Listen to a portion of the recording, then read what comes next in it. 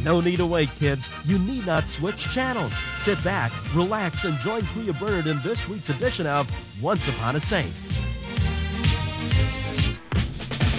Yes! Woo! Isang magandang araw ang pagbati namin sa inyo, mga kaibigan. Tuloy-tuloy na kami sa inyong mga tahanan, saan man kayo naroroon. At syempre, ito pa rin yung kapanalig na lingkod, si Brother Bernard Factor Canyaveral. Nag-aanyaya. Kami po ay samahan sa ating palatuntunang Once Upon a Saint! Yay!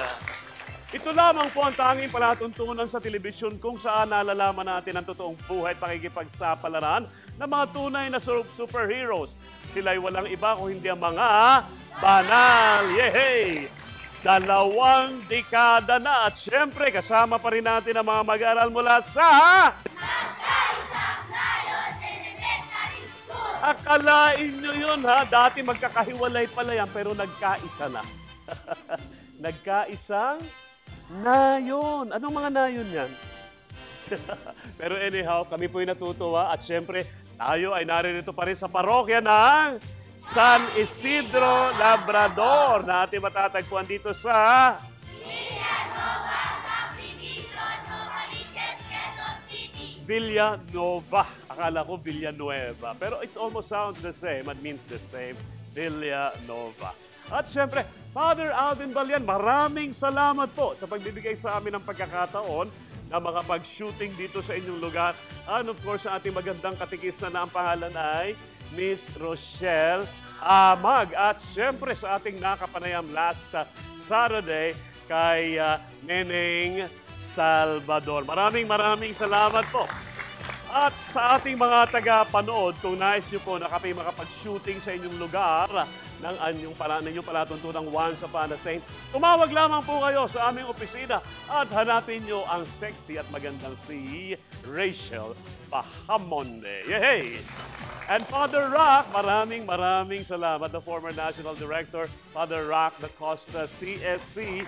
Father Jimmy, thank you very much sa FRC Core Group. Maraming salamat.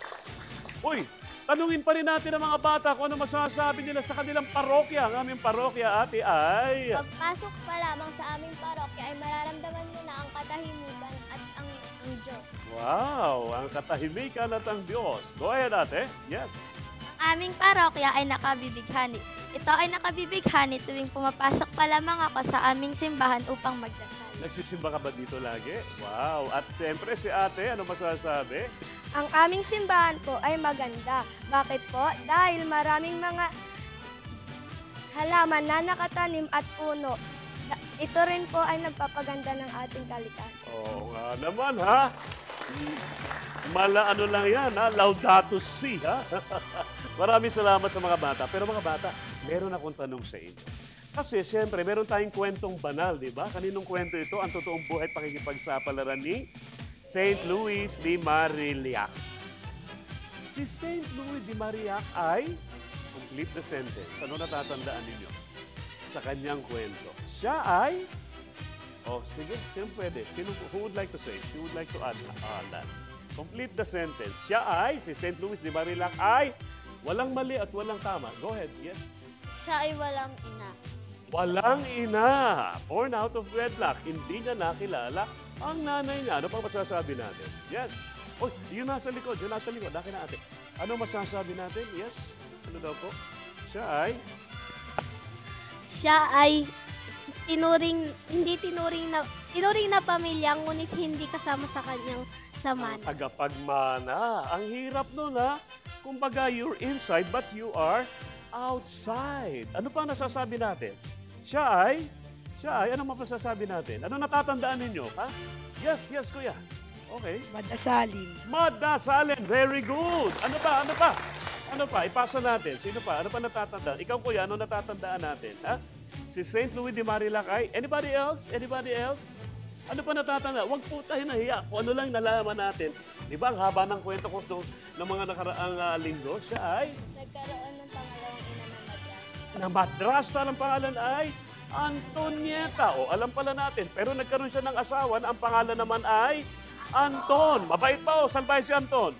Mabait. Nagkaroon ba sila ng anak? Wala. Nagkaroon. Ang pangalan ng anak?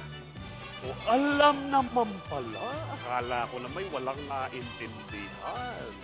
Subalit, ano pa yung nangyayari? Bakit siya nagkakaroon ng... Nagugulat siya? Anong nakikita niya? Anybody else?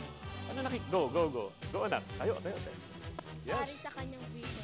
Meron siyang vision na nakakakita siya ng pare. Pero meron na siyang father confessor na una. Sino yung father confessor niyang una? Si Saint Francis de Sales. Maganda rin ang buhay ng pari na yan, ha? Ang nagtatag ng Don Bosco. At nakita niya ba o hindi yung pari na sa kanyang vision? Nakita niya. At sino yung pari na yun? Si Saint Vincent de Paul. Nung namatay na si Anton. At eto nga, anong sabi? Magtungo ka sa akin at mag-usap tayo. Tok, tok. Sino yan? Father? Bukas ang pinto. Shuk, shuk. Luis, halika. Maupo ka. Kumusta? Nahihirapan po ako. Hindi ko alam ang gagawin ko. Ang aking anak na si Michelle, nakita niyo naman, may pangangailangan siya. Sa haba ng usapan, ang sabi ng pare, tamang-tama. Ako ay tumutulong sa mga mahihirap, kagaya mo. Dahil noong mga panahon, mayaman pa ba si Luis? Hindi na. Napobresita na siya. At matutulungan ko ang pangangailangan ng iyong anak. Dahil si Vincent pala ay tumutulong sa mga kapuspalad, sa mga biktima ng digmaan, sa mga bata, sa lahat na nangangailangan ng tulong, at marami siyang kakilalang mga mayayamang babae. Ang tawag sa mga mayayamang babae na ito ay Ladies of Charity. Anong tawag sa mga mayayamang babae na ito? Ladies of Charity. At kung mamayayaman, sila yung mga tagapagbigay ng pera, sila yung pumupunta sa mga party, sila yung mga pumupunta sa mga functions, at syempre, marumi ba o malinis o kaya maganda ba o pangit ang suot nila? Maganda! Pero ang trabaho ni St. Vincent ay tumulong sa mga mahihirap. Nasaan yung mga mahihirap? Nasa magagandang bahay ba? Hindi po. Kagaya na nakikita natin sa mga informal settlers. At doon sila pupunta, mga ladies. It's so baho naman here, sabi ng mga ladies. It's so kadiri naman here. I don't wanna be here, sabi ng mga ladies. Pero may pera sila. So anong kailangan ni St. Vincent? Sinong pwedeng tumulong sa kanya? Si Luis de Marillac. Dahil siya ay galing sa hirap. Kaya sabi niya, matutulungan mo ako sa bagay na ito. Kung magagawa mong abutin ang At yun nga ang ginawa na. Ginawa niyang kausapin yung tatlo sa kanyang mga kakaibigan na sabi, ali kayo, meron tayong magagawa para sa gaya nating mahihirap. Tayo lang ang tutulong din sa gaya nating mahihirap. At pumunta siya sa mga lugar at tinulungan nila at pupunta rin siya doon sa mga mayayaman ng mga Ladies of Charity. So nagkaroon ng dynamics na tuloy-tuloy na naihatid sa mga mahihirap yung tulong buhat sa mga mayayaman. Dahil nung araw na yon, nung mga panahon na yon, in the 1600s, hindi ganun kaayos ang paghahatid ng tulong sa mga mahihirap. Kaya in-establish eventually ni St. Vincent de Paul ang pagtulong na ito.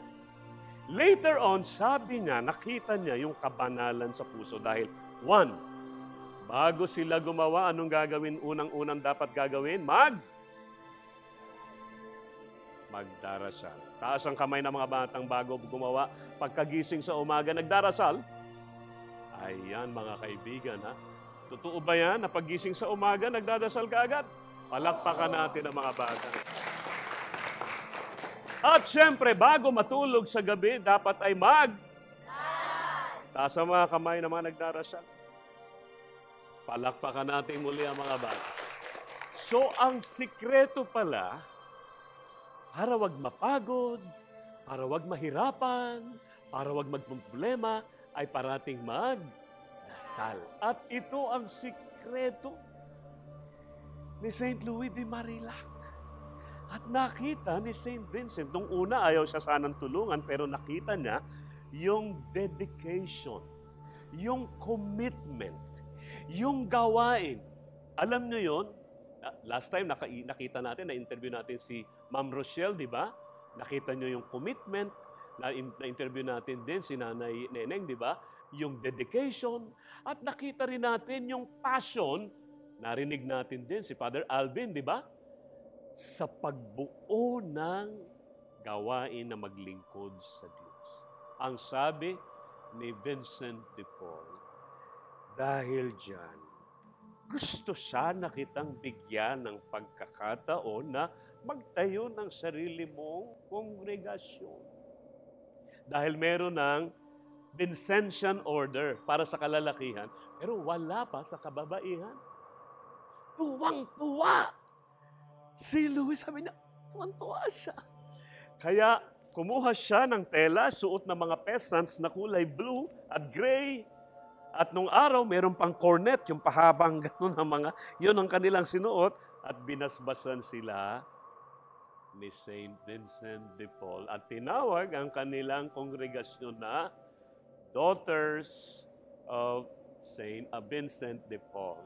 Daughters of Charity. Hindi na siya Ladies of Charity, kundi Daughters of Charity. Nangailangan sa ibang lugar sa Pransya, pinuntahan niya, naglakad siya, kasama yung tatlo, at nakagawa sila ng satellite doon. Isa pang mga grupo ng kababaihan ng mga mahirap para tumulong sa mahirap. At later on, sa iba pang lugar, at sa iba pang lugar, at sa iba pang lugar, walang kapaguran si Louis de Marillac para lang matulungan ng lahat ng mga mahirap, ang mga kabataan, ang mga naaapi, ang mga na-abuse na mga babae, ang lahat ng mga sundalo, ang mga lahat na sugatan, lahat ng nangangailangan ng tulong, ibinigay lahat. At ang sabi niya, natatandaan mo yon? Igalang mo ang mga mahihirap, kagaya ng paggalang mo sa pating Diyos kay Jesus. March 15, binawian ng buhay si Louis de Marillac o Marillac. Nalungkot ang mga madring kasama niya na unti-unti nang dumami. Subalit alam niyo ba mga bata, nang bawian siya ng buhay, 40 istasyon o kongregasyon na ang kanyang natatag sa Paris, sa Pransya, at hanggang nakarating sa ibang panig ng mundo, hanggang nakarating sila dito sa Pilipinas, kung tawagin natin ay Daughters of Charity. At ngayon nga po, sa buong mundo, kilala ang Daughters of Charity na mula sa isang teleseryeng kwento ng batang noon ay inangkin, subalit hindi inangkin, na ang pangalan ay Louis de Marillac. Hindi nakilala ang ama, ang ina, subalit tinulungan ng ama na ating Panginoong nasa langit. Igalang mo ang mga mahihirap kagaya ng paggalang mo sa ating Panginoong si Jesus. Nagustuhan niyo ba ang kanyang kwento, mga bata? Very good. At ilan sa inyo gusto maging kagaya ni St. Louis de Marillac? Taas nga po ang kamay. Naku, ang dami na nating candidate para maging banal. Palakpakan. Siyempre, bago tayo tuloy ang magpaalam, iniiwan lang po namin sa inyo mga mahalagang katagan ng ating founder, Servant of God, Father Patrick Peyton, CSE to always. Great line, St. Louis de Marillac. And pray as a family, because the family that prays together stays together. And a world that prayer is a world at peace. Lahat ng yan dito lamang sa Once Upon a Saint! Hey! Woo!